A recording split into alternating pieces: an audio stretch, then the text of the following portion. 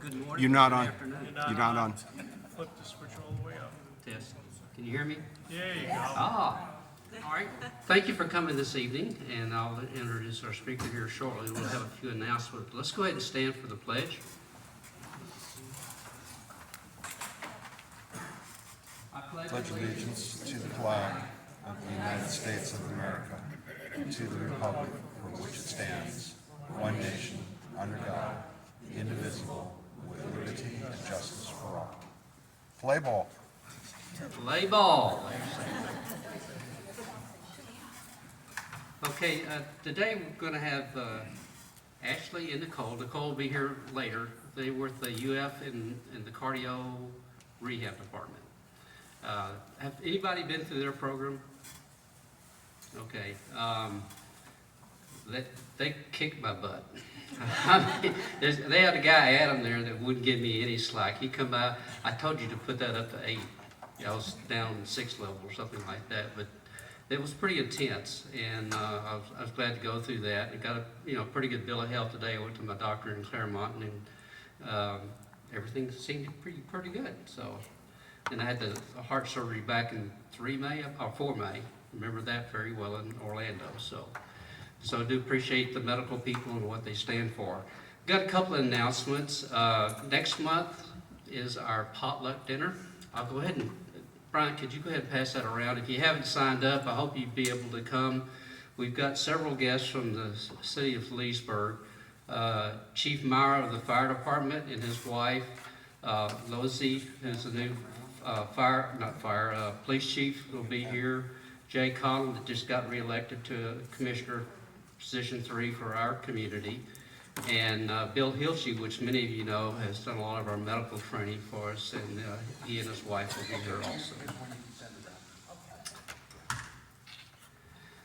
I'm going to have Brian share a couple of things here just in a minute. We had the storm last month, and of course it did a lot of tree damage and winds. I've seen shingles and so forth. We did several welfare checks. I even got a call from Canada about her mother, and she wasn't returning calls, and went to her house. I finally got to talk to her. It's just the fact she just doesn't return calls very often. So anyway, she was worried because she knew the storms and everything. And then we had 2 other situations with a medical bed and also someone that was collapsed in a Driveway. Yeah. And I'm going to get Brian to share a little bit about that. You're up. Okay.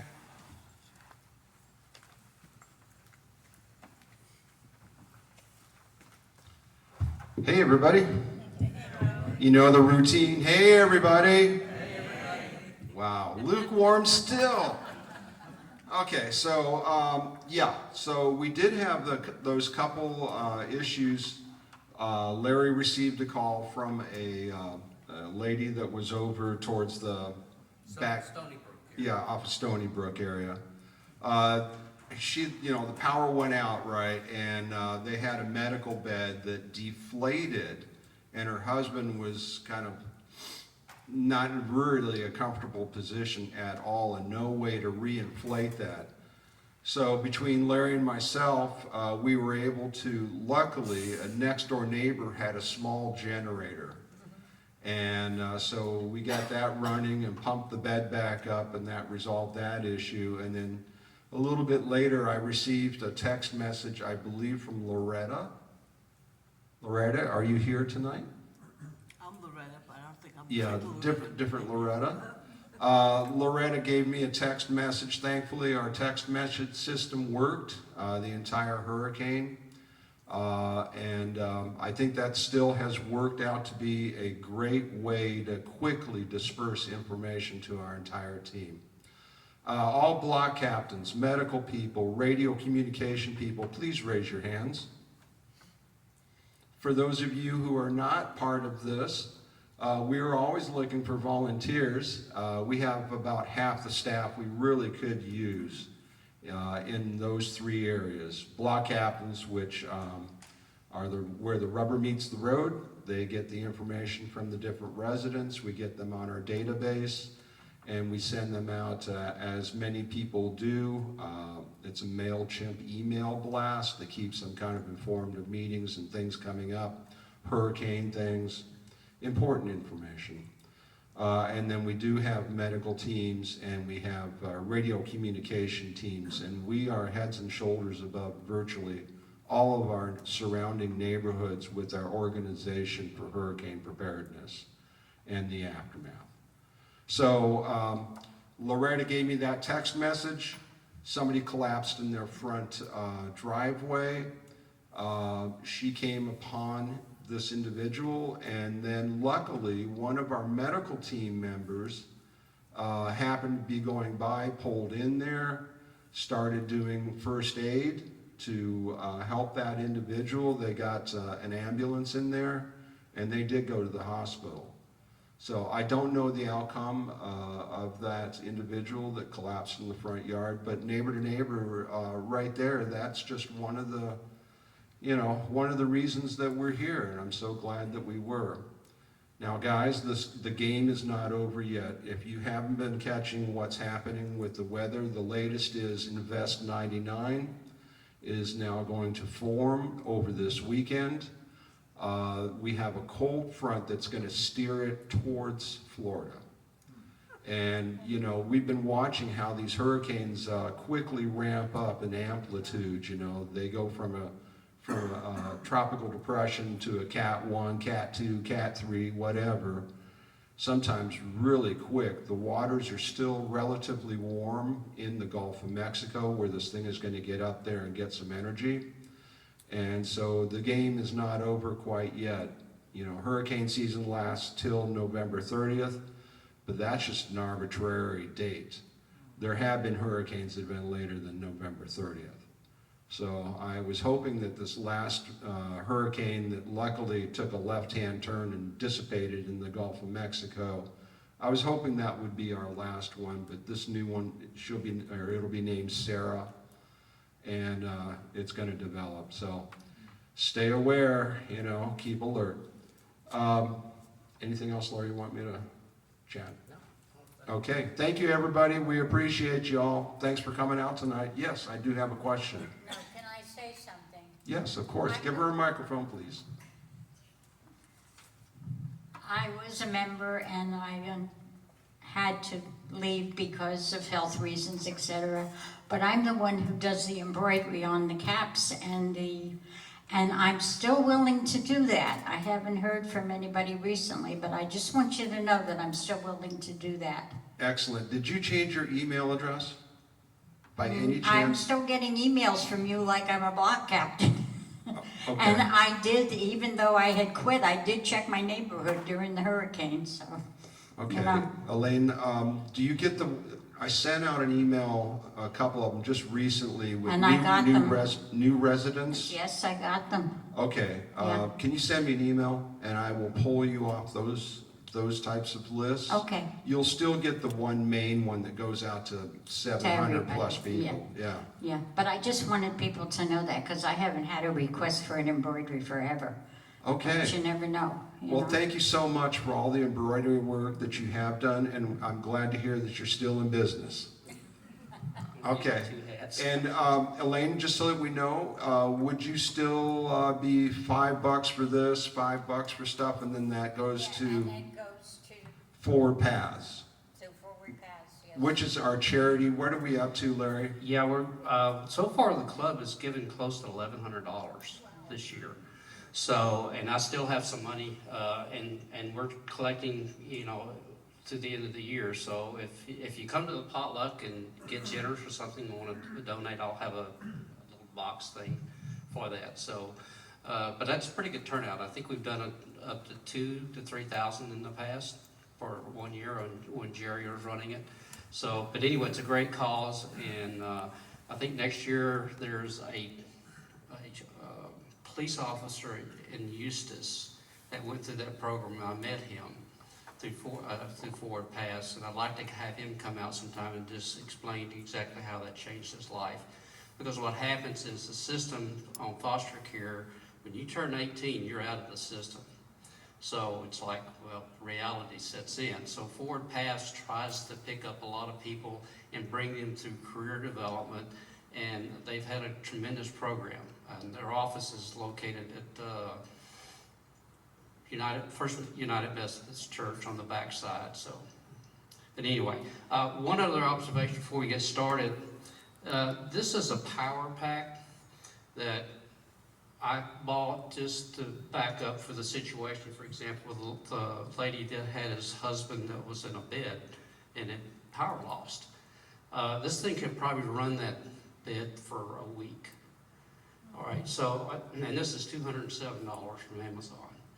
I tried it, I'm a CPAP user, and I probably could get 2 nights out of it. You can probably run a refrigerator for several hours. So if you don't have a full generator, if you're interested in knowing more about this, because it'll run off of AC, DC, the USB drives and so forth. And we're gonna have 2 for our club next year. We also have a lithium-ion backup batteries, 256 watts with inverters, and I tried that with our radio communications and just kept it on for a week, and it only used like 8% of the power. Of course, when you transmit, it's going to, consume more energy from that standpoint. But we're going to have these available, so when we run into situations like we had this year, we'll have resources for our community. Okay, so much for that. UF Hospital Rehab Cardio. I've got Ashley Adams and Nicole King, I think will be here later, but I'll let her introduce herself. I'm very grateful for the program. I think in the county it's one of the unique ones we have, because I don't even think Waterman has that kind of program, do they? Not Waterman. Or yes, sorry, Waterman does have one. Waterman, how about South Lake?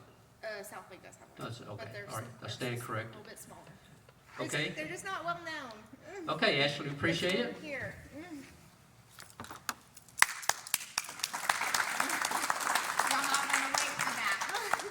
If you know me, I'm not shy until you put a microphone in my face. So. It ain't gonna bite you.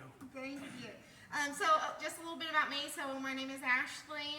I have been doing cardiac rehab for 10 years. It is my passion. I absolutely love it. I graduated from Oklahoma State University with my go Pokes with a bachelor's of science in exercise science. So I have a lot of background knowledge there. I had to do an internship to complete my bachelor's degree, and that is when I found cardiac rehab. It was one of my rotations that I did with one of the hospitals that I was interning with, and just what they were doing for everyone, it was so rewarding. It wasn't just people coming to work out to look better or to do this just to do something, or because they just know they should be doing it. It was people that have went through something traumatic for them, that they know they don't want to happen to them again. It can be scary when a heart event happens, and it doesn't have to be just a heart attack. I mean, you go into a routine checkup for shortness of breath, your doctor does a cath, and all of a sudden you have this stent placed in your heart. That can be very challenging for some people. It's an eye opener, and it definitely changes your life. And so this is a lifestyle program. It's not just a 12 weeks maintenance program. So we're here to just kind of educate you guys on that, bring awareness to it, because yes, almost every hospital has it, but you just don't really even know they have it. So let's start there. So for a hospital to be chest pain certified, they do have to have a cardiac rehab. And so we here at UFHealth Leesburg, this is our team. And so you can see here, your team is going to consist of, a good team I will say, is going to consist of exercise specialists who do your exercise with you, who are very knowledgeable about how to do safe exercise and what's the most efficient exercise for you. You have your nurses, your registered nurses that are working with you on your medications. They're watching your heart rhythms, your heart rates the whole time. And then we work directly with your cardiologist. So I feel like that's something that's a little bit special, is that your cardiologist is involved in your care for the whole time you are with us. So it's not like they just write a referral and then they are done with you. They stick with us the whole 12 weeks that you are in the program with us. So usually that's what they say makes up the best cardiac rehab team, and to me personally, I feel the same way about that, because you get all those different specialties in the mix. So Nicole is actually in the middle on that top picture. She is our chest pain coordinator here at UFHealth, so she gets to work throughout the whole hospital. Like I said, she should be here any minute. And then right beside her is our charge nurse, Sam. She's wonderful. She really holds a great team together. If we can't handle it, she will definitely take care of it for you. But she keeps us very uniform. So we are a very tight group, which I like. I'm sure we've all worked places where sometimes you worked there, but you didn't get along or things like that. So I feel like we're very special because we all get along very well. Adam is the guy, so he is my partner. He's the other exercise specialist.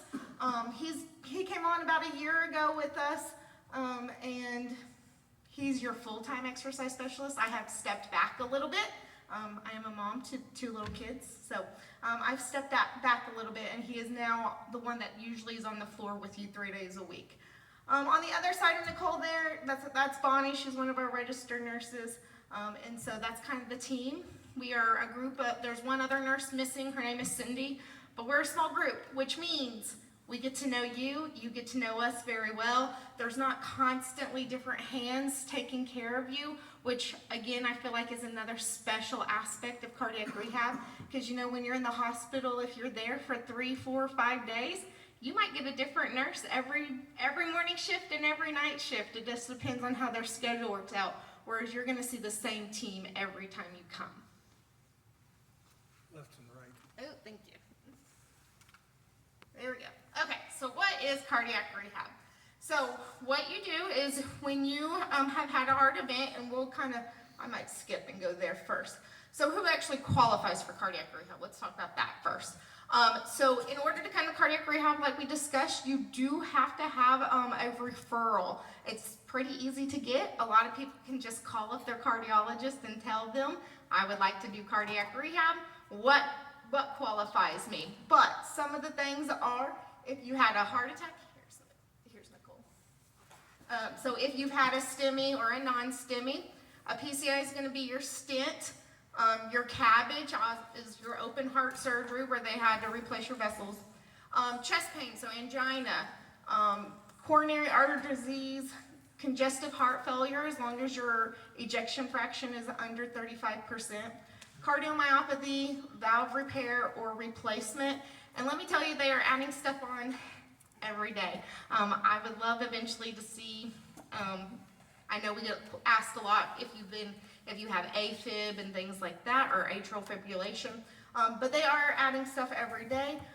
So we talk to the doctor, we get your referral for you. If you've been in the hospital, they automatically put it in for you, and then we get it registered and brought back to you. So once we get the referral for you, what you do is we usually give you a phone call, we get you admitted into the program, and it is 3 days a week for 12 weeks, or a total of 26 sessions. 36 sessions. So obviously, if you miss a session, it just adds on at the end, but that's another thing I love about cardiac rehab, is that you're just not in and out the door, you're not just there for 4 days, we have you for 12 weeks. So we build a really great rapport with each other. That gives us time to do all the proper education that is needed. Because like I said, this is a lifestyle change. This is not just something you're gonna come to for 12 weeks and then be done with it. You are now on medications that we will talk about here in a little bit. You now have to exercise for the rest, hopefully are exercising for the rest of your life, and you need to learn how to do that safely and effectively, as well as nutrition. We talk about a lot of nutrition issues and things or facts and things like that as well. So we have plenty of time and proper time to do that. When you come in, you're placed on what's called a monitor, or it's a 3-lead monitor that we place on you. It allows us to see your heart rhythm and your heart rate the whole time, as well as we manually will do your blood pressures for you.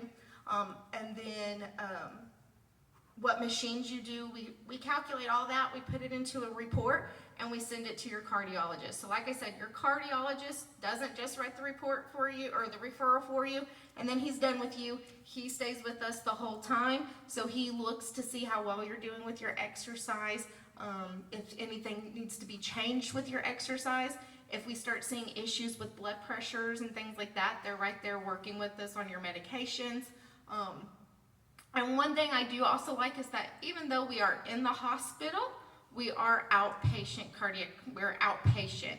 So what that means is we have the help of the hospital if needed, but our main priority is to try to go to the cardiologist first. So we have that report with them that a lot of times we can just call them and say, hey, my patient, has a rhythm change today. They're not feeling very well. And a lot of times they'll say, send them to my office or have them come see me tomorrow. And obviously if things persist, we do have the help of the hospital. But I just love that they really do take into account what we say, and that they're right there working with us. And that's about it for cardiac rehab. The biggest thing is the monitor is what sets us apart from you just going and exercising on your own, okay? So yes, anyone can go exercise, but like I said, a lot of people, after they've had their heart event, they are scared. They're worried about something happening. They want to know how much they can push themselves. A lot of people are worried, is this going to happen again, especially when it happened unexpectedly. So when you come to us and we put that monitor on you, and you can see that we are watching those rhythms and we're working with the blood pressures and we're watching your heart rates, it gives people just a peace of mind that I am okay and that I can do this and I know how to do this. But that just is what sets us apart from you just going and exercising on your own. And it just gives you that safety net of someone's here with me, they're taking care of me, until you build that confidence back up. So like I said, we do work with your medications a lot. That is a big one here in cardiac rehab. I usually tell people that medication is a beautiful and wonderful thing. We are so blessed to have medicine that someone has invented this. But what happens after you've been given your procedure or you've been given your diagnosis is that you are typically put on a combination of several medications. Obviously, it just depends on your diagnosis, but those medications can include aspirin, antiplatelets, statins, beta blockers, and after a couple of weeks, your body starts to adjust to those medications. So, for instance, if you're on that beta blocker, your heart rate and your blood pressure are going to be lowered. Well, now, when we add an exercise, it is a natural medication in itself. So, you're gonna see lower blood pressures and lower heart rates. When that happens, sometimes people have symptoms start to arise. They start to get dizzy. They start to get lightheaded, short of breath. So that's when we can work with your doctor and get those medications changed. So again, if you're on an aspirin, what we look for usually, that's going to be one of your blood thinners, and I left my notes, so excuse me while I pull it up right fast.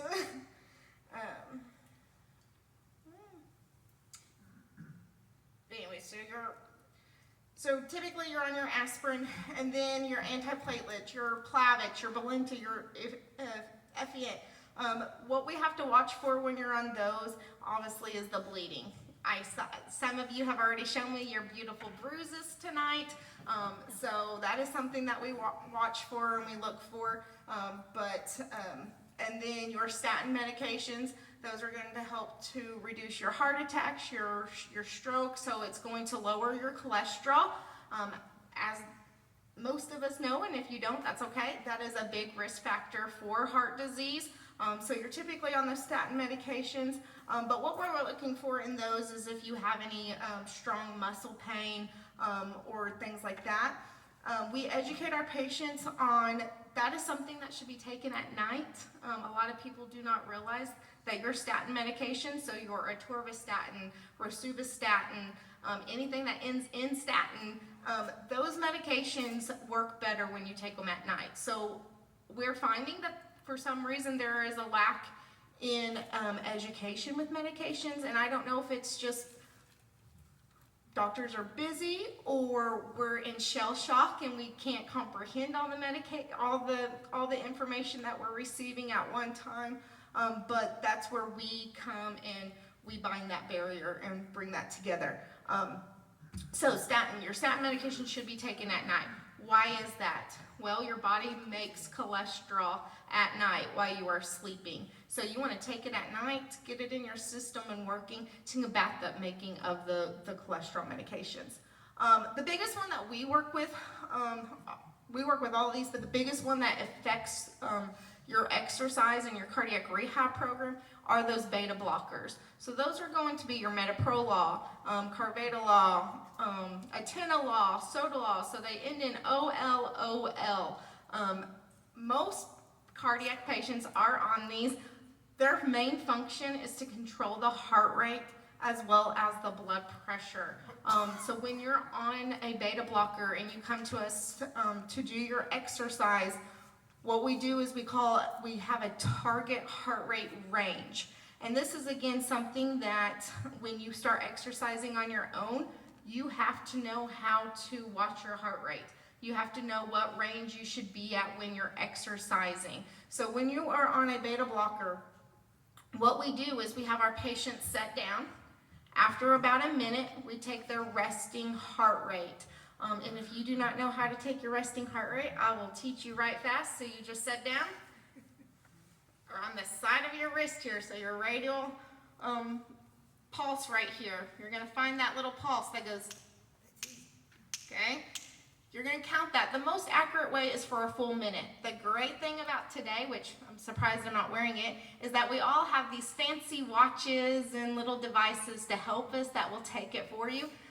Or I tell people to get an O2 stat, little thing that goes on your pulse ox. Thank you. So a little pulse ox.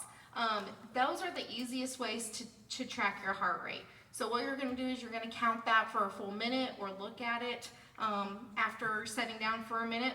You're going to take that number and you're going to add 30 beats to that heart rate number. So say you get 64. That means for exercise for that day, you can exercise at 94 on your heart rate. And it is very important that you watch that because being on these medications, again, its job is to help control the heart rate. So whoever did these studies have shown that we can go 30 beats above our resting heart rate without breaking the barrier of our medication. So what people don't, I guess, see or realize, there's a lot of science that goes behind the exercise and the nutrition. So we're not just making things up. There is a reason why we do every level that we do. There's a reason we increase you when it's time to increase and we decrease when we need to decrease. So there is a lot of science that goes behind this. But this is just some of the education that we give you that when you start exercising on your own, you know what to do, okay? So again, you're just gonna take that resting heart rate. We add 30 beats to that, and then we tell people while they're exercising on their own, just gradually check that heart rate. At the rehab, because you're on that 3-lead monitor, we can see the heart rate the whole time. And we will give you updates on where you are and let you know where it's at throughout the session. But again, like I said, when you're exercising on your own, that is very something you have to watch. You have to monitor that. So that's just part of some of the education that we have. And then we hone in on smoking cessation, but a lot of times a lot of patients have usually stopped smoking by the time that they have came to us. A lot of people don't realize that even just with quitting smoking within 1 week, there's like a nice cute little chart. I probably should have added it in here, but it tells you like after 1 week how much things are lowered, and after a month how much it's lowered, and after 1 year. And you'd be surprised at how quickly we can reverse the effects of our smoking habits that we have done. But if not, we do get them started on a smoking cessation, so it does go farther than just coming in and exercising. Do you have anything to add to any of this? I mean, unless they have medication. Do you have any medication questions right Any now? questions? Should I say hi? Yes, sir. Pulse rate plus 30, is that just for people on beta blockers? Yes, so that is just if you're on a beta blocker, do you do the rest plus 30? If you are not on a beta blocker, it is a formula based off your age. I would be glad to go over that with anyone. I will say it quickly just so it's here and on camera. But we do, it's called 220 minus your age. And then we want moderate activity. So that's about 80% maximum effort. So we do 220 minus your age times 0.8. And whatever that number is your, how high you can go on your heart rate. So for instance, minus 220 minus 34 times 0.8. So technically my heart rate could go up to about 148, 149 while I'm exercising, and I would still be in a moderate zone. And when we talk about heart rates and why it's important, it is because a little bit of stress on the heart is a good thing. It means we're working the heart, it's doing what it's supposed to be doing, it's pumping how it should be doing, and then we're bringing it back down to a resting level. So a little bit of stress is a good thing. A lot of stress is what we run into, which becomes a bad thing. And that's why it's so important to learn your ranges and your levels, whether you're on the beta blocker or not. And I know people hone in on being on a beta blocker more so than they do the age, but when I do my education, that's what I tell people, that like even me, even my 34-year-old self has a target heart rate range. And I'm a big proponent on this because just look within the last year how many football players have fallen on the field. You have high school kids now that you are hearing in the paper of having pretty traumatic events happening. And I'm a big, I really feel it's a big thing to do with our electrolytes and being in balance, as well as us really we're taught to push ourselves, push. And we can be doing a lot more damage than we think we should be doing. And so I'm a big proponent on really making sure you understand the heart rate and where it should be while exercising. That's a good question. Any other questions on meds? You can ask us all the things. We have experts on the medication. Yes. My name's Nicole. Can I give you a microphone, please? Yes, sir. Oh, Yeah. okay, or you Or this one, okay. either one? Yeah, Yeah, use that one. This one's we've better? this is being broadcast This is to when an you're on internal camera. channel, Okay. Yes. and they wouldn't be able to hear your. No problem. So my name is Nicole King. I happen to be the UFHealth Central Florida Division Chest Pain Coordinator. I cover Spanish Plains Hospital, Leesburg Hospital, and the 3 freestanding emergency departments as the one that kind of puts everybody together when it comes to anything chest pain related or heart attack. And so I was asked to see if I could come in and also help Miss Ashley go over some things with you guys. Related to this particular slide, there's a lot of importance that we want to stress on medications. A lot of our patients have frequent readmissions to the hospital because medications are either given to us incorrectly, or maybe a medication list was not exactly up to date, and or when the patient leaves, they might have some questions, or there might be some inconsistencies going on their medication list that can cause some readmissions to the hospital. So in regards to this slide, it's really important that if you know someone or you yourself has any of these types of procedures that Ms. Ashley mentioned before, when it comes to a heart attack or a heart catheterization, we want to make sure that you know that unless there's a contraindication, meaning there's a reason why you would not take the medication, say you have an allergy, say you have some sort of adverse reaction or sensitivity, that you would want to make sure that you're on these medications, because the readmission of patients coming to us is very high. A lot of times, we want to make sure that we have the correct pharmacy. We want to make sure that you guys know what the medication is for, how often you take it, what things to look for if there's any adverse outcomes, because every medication does have the potential to cause an adverse reaction.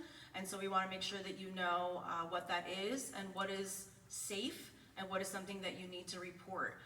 Medicine is not a one-size-fits-all, and we know that not every patient is going to respond the same. And so it's very, very, very important that the healthcare system listens to the patient, and they understand that if you are not doing well on a certain medication, or you seem to think that you're having some sort of adverse outcome, that we know about it so that we can adjust the medication or switch it altogether. And so a lot of times these medications are a key player in keeping you out of the hospital to prevent against heart attack and stroke. Heart attack is the leading cause of death in the United States, with over 800,000 cases a year and counting, followed by stroke.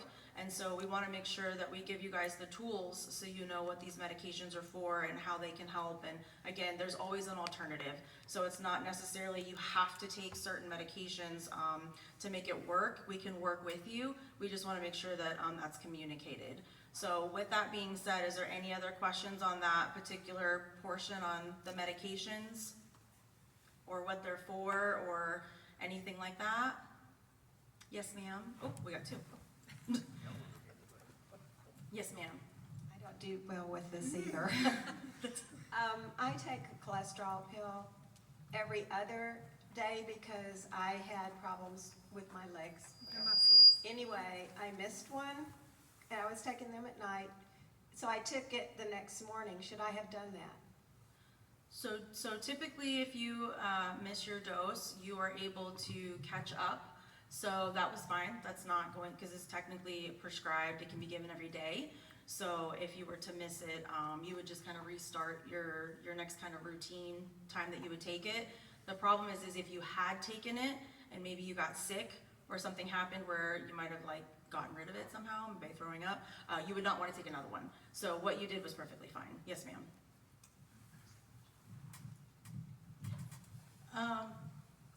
Medications frequently say take with food. Yes, ma'am. Now, does that mean with a full meal? Does that mean you take it before you eat?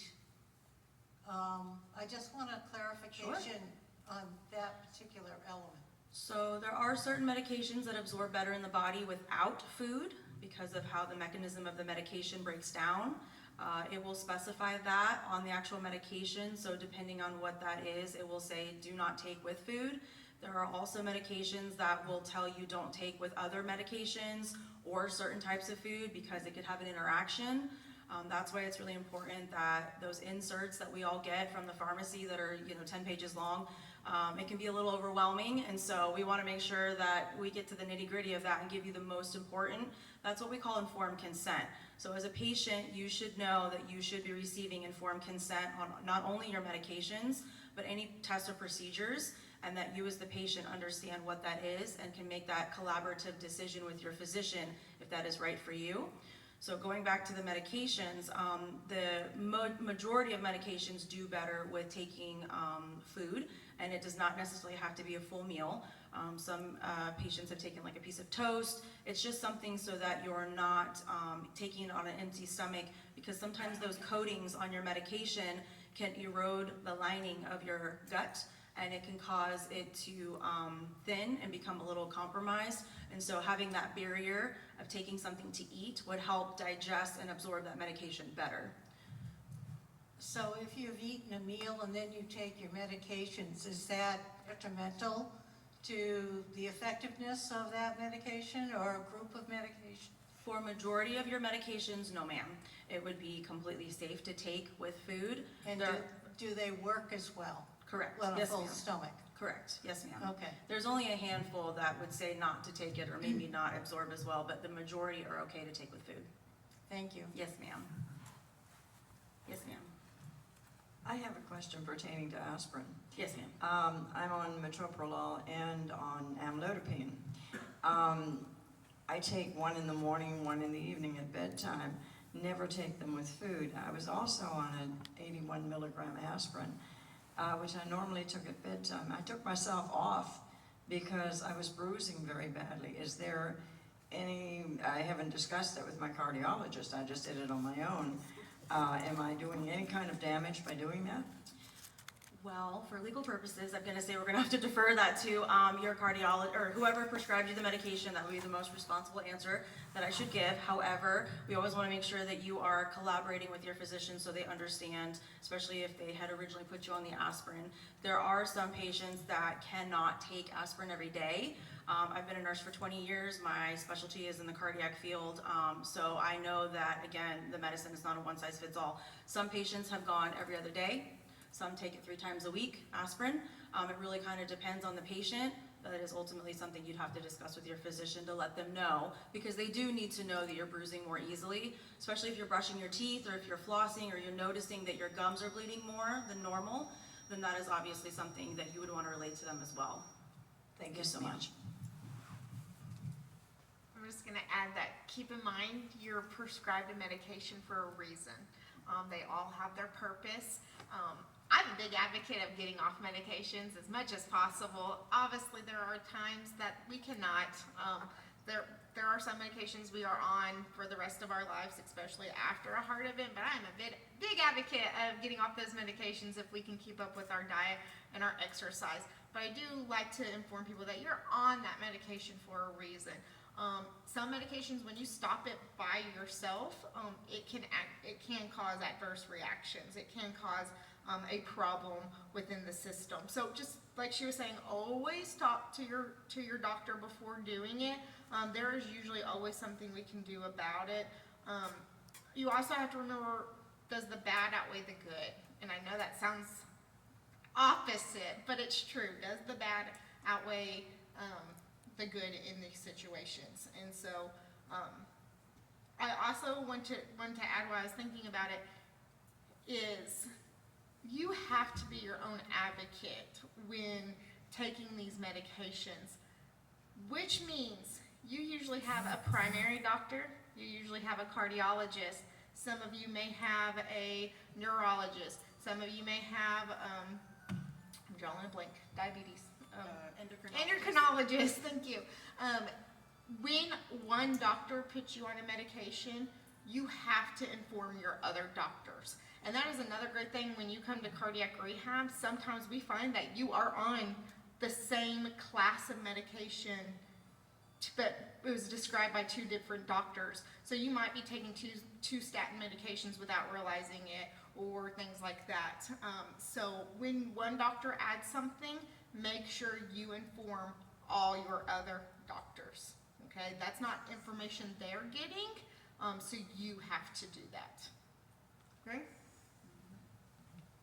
Any other questions? I can talk about meds all day, but Medications is a big one. It's always nice to have an updated medication list. Please make sure that it's as current as it can be. I work in a program and run the program where a lot of patients come to us when they're having an active heart attack or having chest pain. Things are moving quickly. There's a lot of chaos. If a paramedic shows up to your house with an EMT because you've called 911 to get assistance, we try to ask for a medication list. It's so important. We have an updated one that we can refer to so we know what you've had, what you've not had, and then of course, relay that to the team in addition to your allergies and of course who is your, power of attorney, healthcare surrogate, any relevant information. So all of those things go hand in hand in how we make our collaborative decisions to help better treat you. So medications is a really important one. That's why we're spending so much time on it, because it is what brings people to the hospital back more often than you might think because of the misinformation or information that's not being jotted down correctly or understood by the patient. So we want to make sure that we can help you guys with that if you have any questions. So, and then a shameless plug here, like she was saying, there's a lot of things related to our health when it comes to healthy living, healthy diet. 80% of what we do with our bodies and have, our body's outcomes to how we respond to things is basically what you put into your body related to your diet. It's so important that as we get older, we have, a healthy balance where we are limiting sugary, caffeine, alcohol, that we're trying to make sure that we are eating more clean and that you're getting enough protein. A lot of the, medication questions that we had about, on an empty stomach or not, it really does matter if someone is malnourished, and we actually see that quite a bit. Just because somebody looks healthy from the outside does not necessarily mean that they're totally healthy on the inside. And so having the tools to know, what to eat, how often to eat, to help you choose better choices, can also help, with the longevity of life and your quality of life. And we have a lot of links that I've attached so that you guys could refer back to them so that you know where we're pulling this information from. Between the American Heart Association and American College of Cardiology is where we get our information to share with you guys. So, I won't spend too much on that, but obviously hydration, how much you're eating, the right foods, limit salt. Salt is actually really good for us, but some of our patients need to have a certain limit so that as to not overwhelm the system. That is something you'd have to really kind of discuss with your doctor, because some people can have an unlimited amount. Some people have to be from 2 to 4 grams in a 24-hour period. And so it's one of those things that, again, it's patient specific. We don't want to necessarily generalize that all patients are going to conform to one thing. So we want to make sure that you guys know that it is patient specific. And then exercise, we hear this all the time, when we slow down, we go down. Well, that is true. The older we get, if we stop and we're not moving, things get more stiff.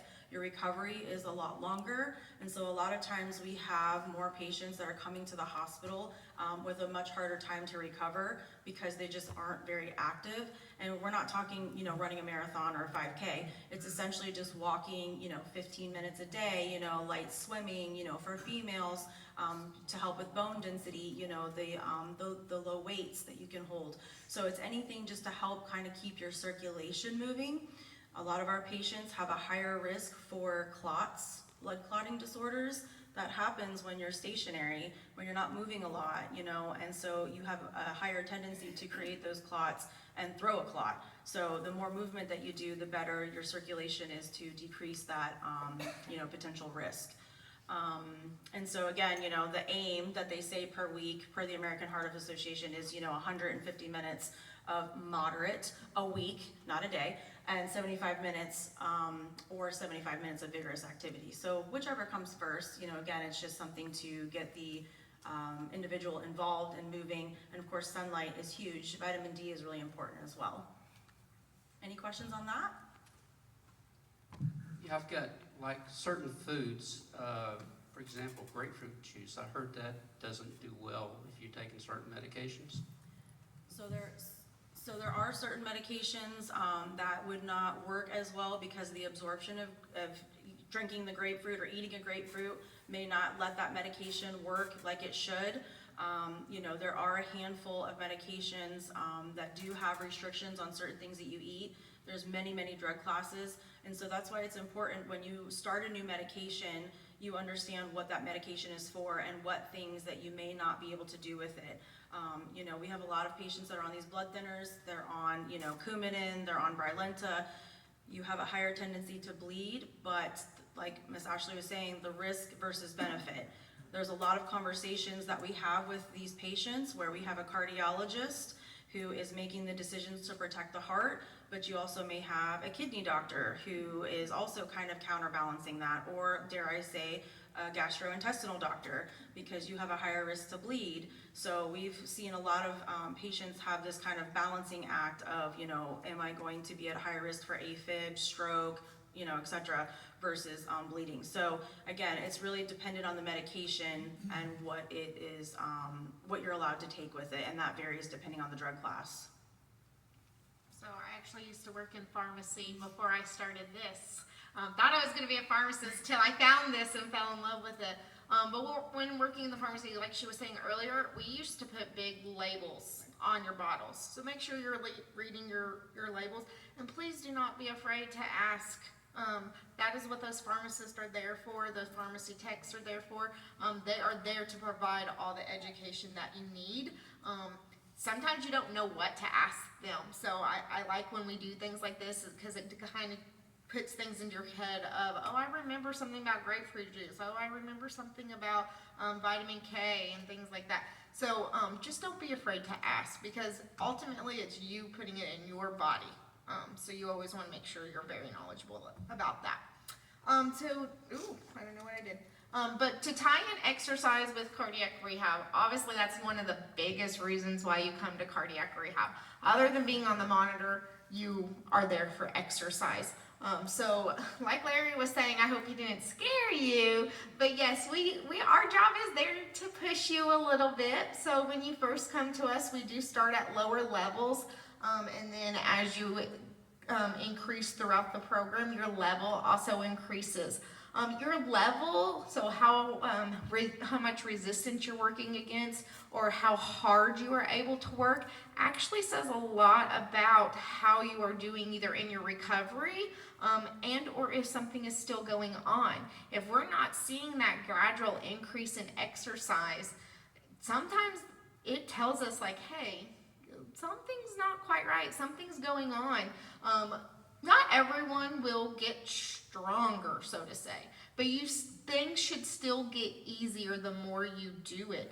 And so when you come into us and you cannot get past a certain level, or we even see you decreasing on your level, a lot of times we have seen where we need to send the patient back to the cardiologist and they have actually gotten another stent. So it's amazing to see how much your body will tell you what's going on when you know what to look for, and when you're doing something like exercise, that you should be gradually increasing or gradually getting better, and it's actually getting worse. So it's actually another way to find out how well am I actually doing. And as Nicole was saying, we have a saying that motion is lotion. So any type of movement that you do is going to further and prolong your life. So we always start with a warm-up. You always want to start with a warm-up when you're exercising. So just a couple of minutes, just moving your body. We do a few just light exercises. And then when you get on your machine, you always want to start on a lower level for 2 to 3 minutes and warm up your heart muscle. Okay, so just like we have muscles, the heart is a muscle. So not only do we warm up our muscles, we warm up our heart muscle as well. So one of the biggest things I see, people go into a gym and they immediately turn up that treadmill to a 3.5, and they're either pace walking or some people are even jogging, and they didn't do anything to help warm up their heart or protect their heart. So that's some of the stuff, again, that we teach you when you come to cardiac rehab. We teach you what a proper warm-up looks like, what your exercise should look like, how you should be gradually increasing your levels, the benefit of increasing those levels, how fast you're going, and then a proper cool down. And so again, you're not going to get that when you just go to a gym. So I know a lot of people after their procedure, oh, I feel great, I'm fine. You might feel great and you might feel fine, but do you know everything you should know to make sure you're doing it safely and effectively? So it's usually covered under insurance, so why not come and make sure you are safe and effective?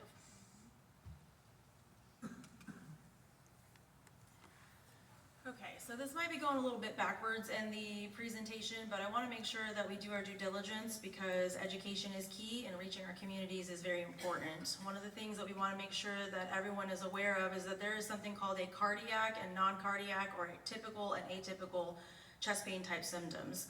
It's really, really important that most individuals know what the cardiac chest pain symptoms are. It's what we see on TV, the head, the neck, the shoulders, the jaw pain, the actual chest pain. But there is something that a lot more individuals do not correlate, that is actually what we're seeing more on the rise come into our facilities. And you may experience one or multiple at the same time, back to back. And so it's really important that we also take a look at the non-cardiac symptoms: indigestion, abdominal pain, tooth pain, nausea, vomiting, shortness of breath. These could be isolated symptoms that could indicate a potential heart attack. Again, these are a majority of the patients that come through these programs and end up getting cardiac rehab at some point. So it's really important you know what to look for and when to call 911. Time is tissue. Within 2 hours of having what people describe as chest pain and kind of waiting it out to see if it's truly what they think it is, 80% of that area is already damaged. So it's very important that a lot of people understand that when you're feeling these symptoms that you know to call immediately so that we can help you. We're seeing a rise in our walk-in patients where they're driving themselves and having an active heart attack at the same time. We don't encourage that. We hope that you would utilize our EMS services. We work with 5 or 6 different EMS departments over 3 counties, and so they know and they're trained to help start that process and get you guys into the hospital to make sure that you're doing okay. Like I said, heart disease is the leading killer in the United States, but we're also having a significant rise of heart attacks. And so it's very important that our communities know what signs and symptoms to look for and when to call. We would much rather you come in and we do a minimal workup and say, you know what, this isn't a heart attack, than you not, and then what we're seeing is people coming in when it's too late. So I want to make sure that we stress there is something called non-cardiac chest pain symptoms. They look more GI related, and why they are often missed by our communities as or downplayed because you don't think that it's necessarily heart attack. But we do want you to think that that can be a possibility as well, and that is something that we're seeing. Does anybody have any questions on that? I've got one related to angina. How does that relate? to Angina? anything? Yeah. So we do have patients that have something called angina, where it's essentially spasming in the chest or around the coronaries in the heart. And so that can be kind of difficult to diagnose and to say, is this really a heart attack or is this my condition? And so the safe thing to say is that anytime you're having this, you usually have been diagnosed by a physician that you have something called angina. They sometimes give you medications like aspirin or nitro to try to see if this helps you. And you would follow basically the protocol or the algorithm that your physician gives you. Sit down, try to be in a calm place, try to take your aspirin and maybe a nitro. And if you feel like there's zero relief, then you probably need to call 911. We would rather you be safe than sorry, but there are a lot more patients that have angina. And again, that is, it can be sometimes very benign, but for a lot of patients, you would not know that without further testing. So we always suggest to call 911 and be seen. Yeah, since I had my surgery in May, I haven't had an angina attack. I had it all the time, maybe once a week. And I don't know whether the heart procedure cured that. Was it open heart? Yes, I had a valve replacement. Yes, sir. So a lot of times when we are able to get to the root cause and figure out what's going on, a lot of times those symptoms go away.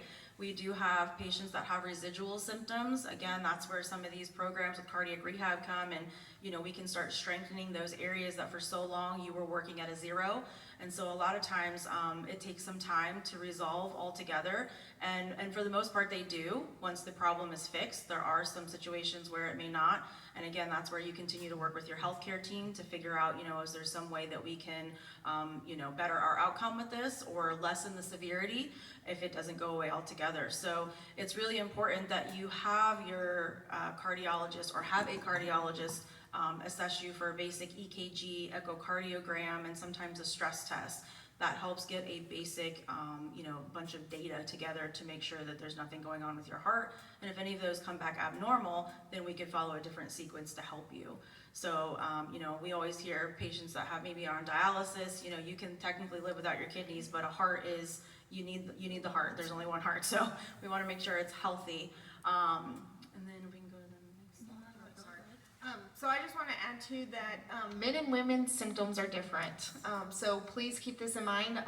Especially us women, we're tough, and you men, you're tough, but we work through everything, right? We still have houses to take care of, and kids to take care of, and grandkids to take care of, and we don't get sick days, right?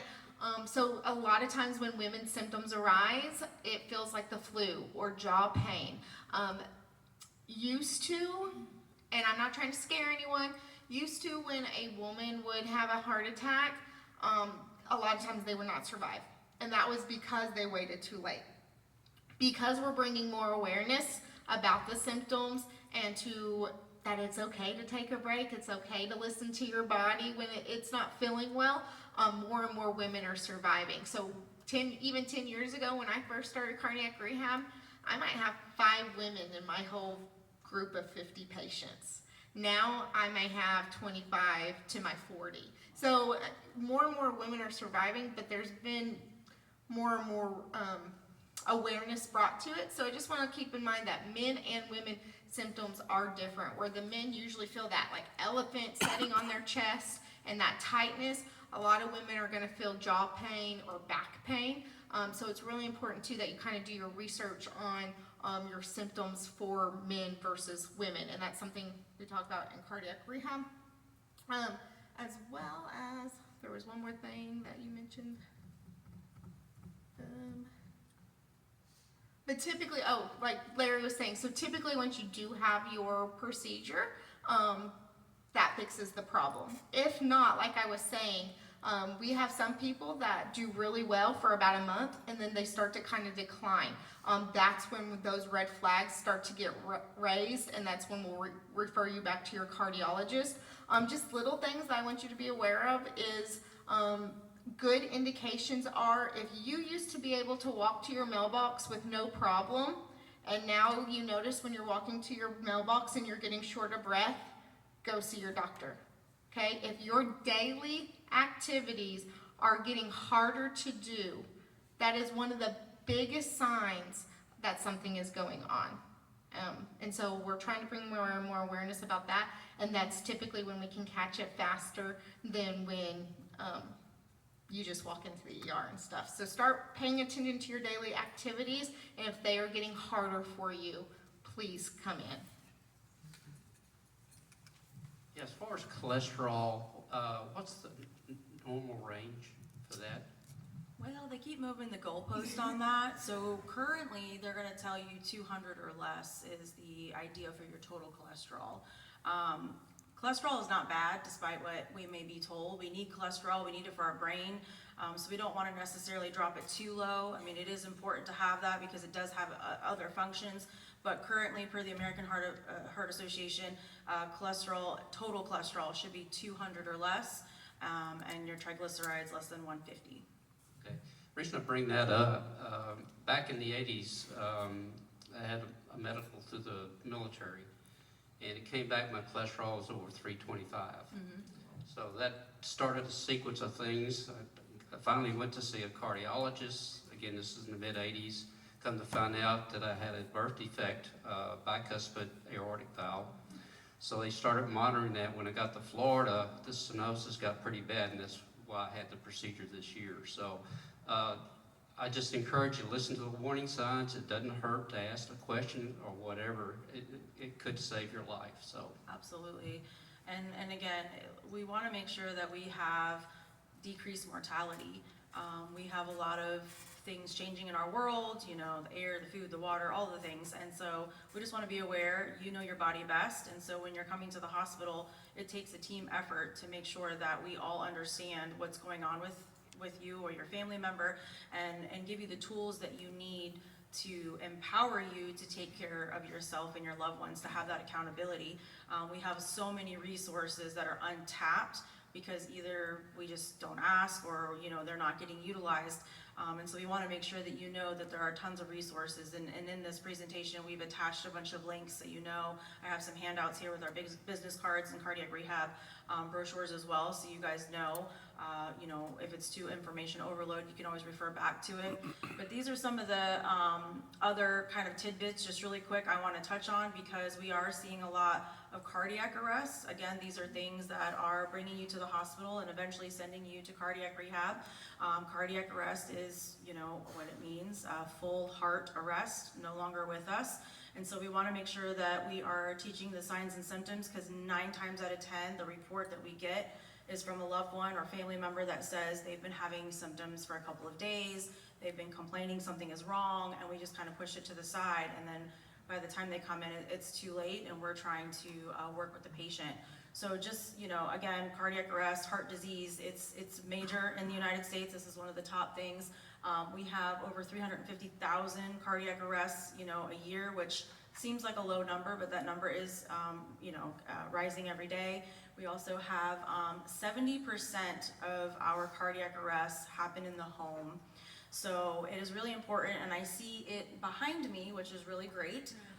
that if we have these defibrillators, you know, that we, one, know where they're at, two, know how to use them. First and foremost, in the class that they teach, just turn it on. A lot of times we get really anxious and we forget that first step. But again, it's to be proactive versus reactive. We want to make sure that we are immediately calling 911. In basic BLS classes where they teach you CPR, unless it's an infant, they encourage you to call 911 immediately. So no one's an infant in the room, so we're going to say that we would call 911 immediately. We want to make sure that we are getting you or your loved one help ASAP. We want them to get there because time is tissue. There are medicines and things we can give to help.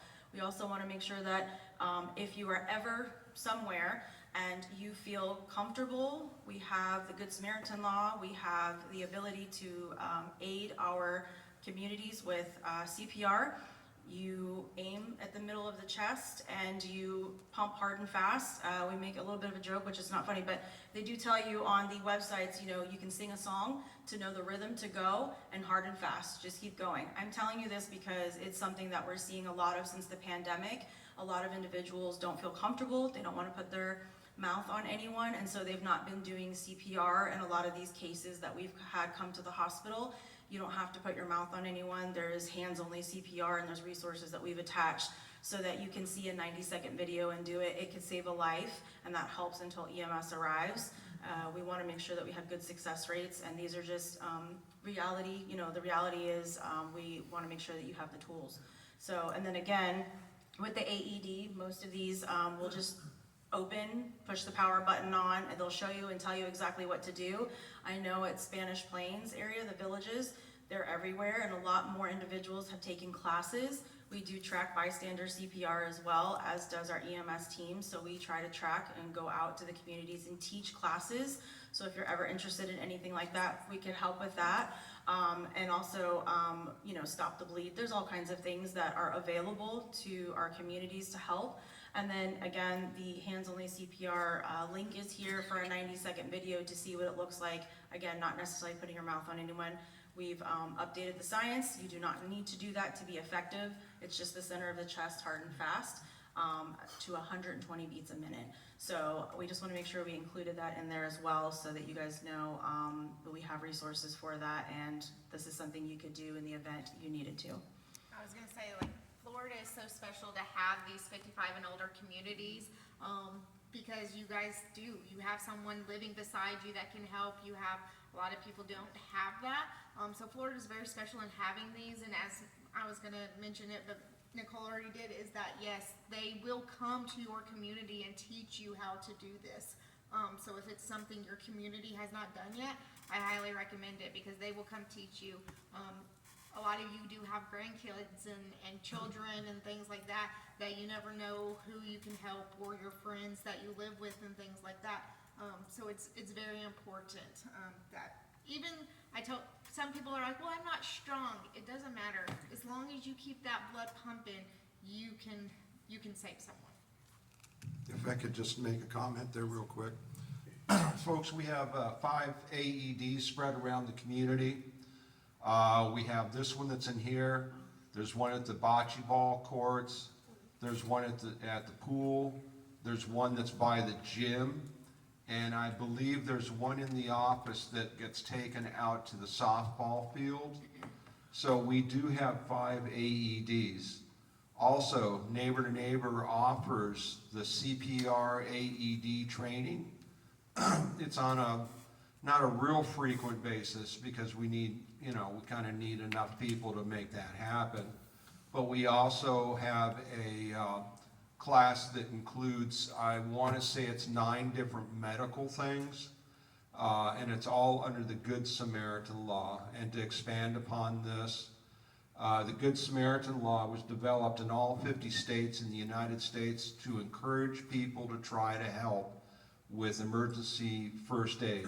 Stop the bleed and CPR being the 2 major ones that can be life-changing for somebody. I encourage you to get this training.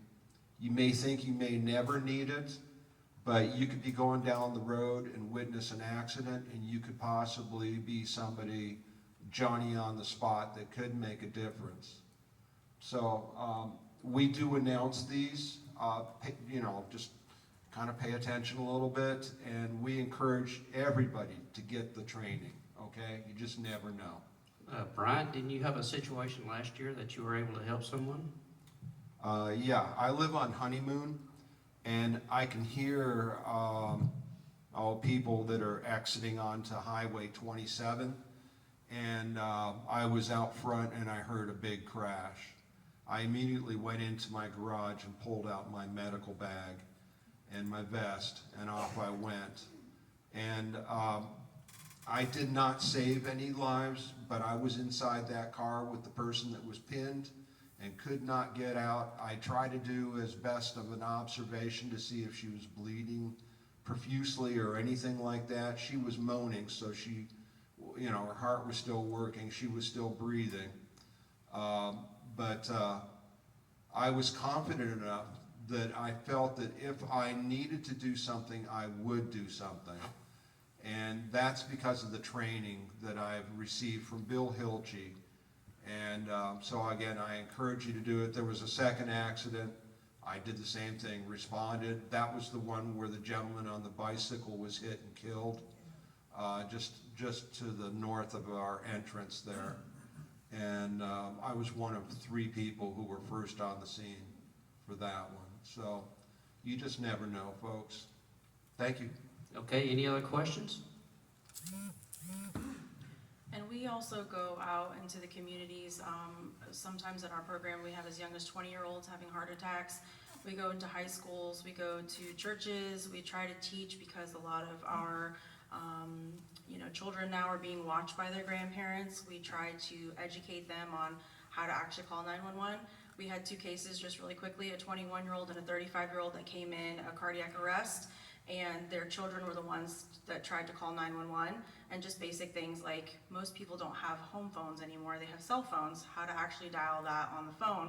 And when one of the operators was trying to get information, the child didn't know mommy's real name because we just call her mommy.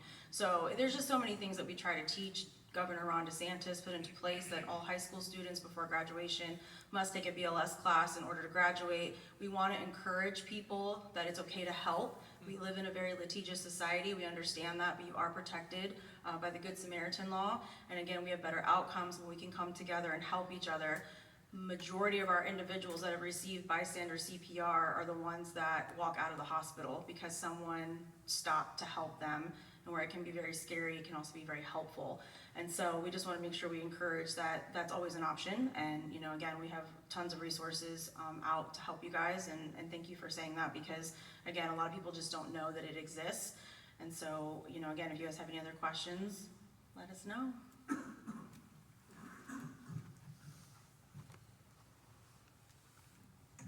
I just wanted to mention that I was in the hospital in March, and they have a wonderful, UF has a wonderful portal that you can access all of your medical records, what the doctor said, everything.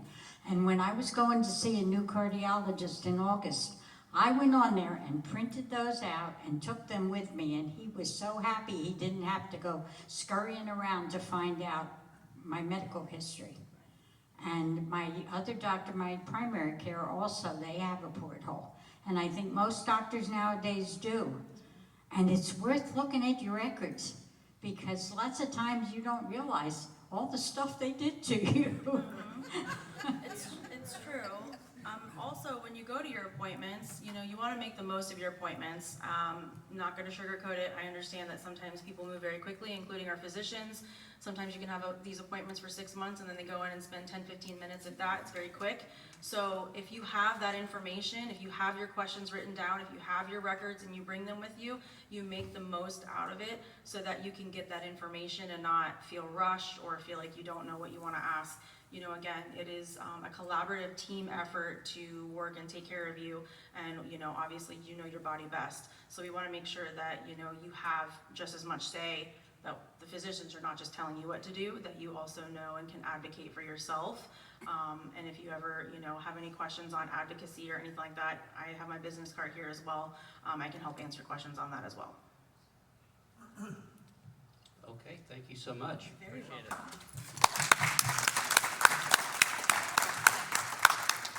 Again, that concludes our meeting tonight. Appreciate you coming out. Again, if you have a chance, sign the potluck dinner coming up next month. Things, brochures. Yeah, brochures and Yeah, stuff there's are right stuff up so here. come up and get them.